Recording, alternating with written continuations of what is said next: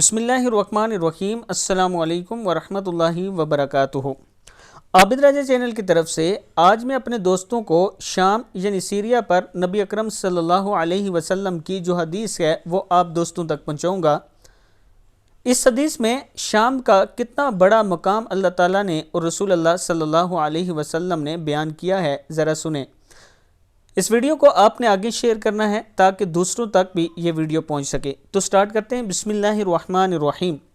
رسول اللہ صلی اللہ علیہ وسلم نے فرمایا، ان قریب ایسا وقت آئے گا کہ تم الگ الگ ٹکڑوں میں بٹ جاؤ گے، ایک ٹکڑا شام میں، ایک یمن میں اور ایک عراق میں۔ ابن حوالہ نے کہا،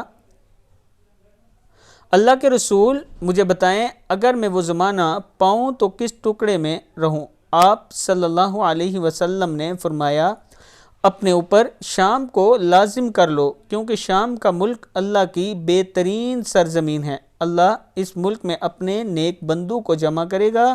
اگر شام میں نہ رہنا چاہو تو اپنے یمن کو لازم کر لو، یعنی اپنے اوپر یمن کو لازم کر لو یا یمن کو پکڑ لو، اور اپنے تالابوں سے پانی پلانا، کیونکہ اللہ نے مجھ سے شام اور اس کے باشندوں کی حفاظت کی ذمہ داری لی ہے۔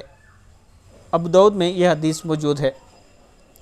دوستو، آج کل جو سینیریو بنتا جا رہا ہے، وہ حالات بنتے جا رہے ہیں، شاید قیامت کی نشانیوں میں سے ایک نشانی ہے، اور شام کے بارے میں قیامت کی نشانیوں میں بہت زیادہ ذکر آیا ہے۔ یہ حدیث میں نے آپ دوستوں تک پہنچانی تھی، آپ اس پر خود غور و فکر کر سکتے ہیں اور آگے اس ویڈیو کو ضرور شیئر کریں۔ السلام علیکم ورحمۃ اللہ وبرکاتہ۔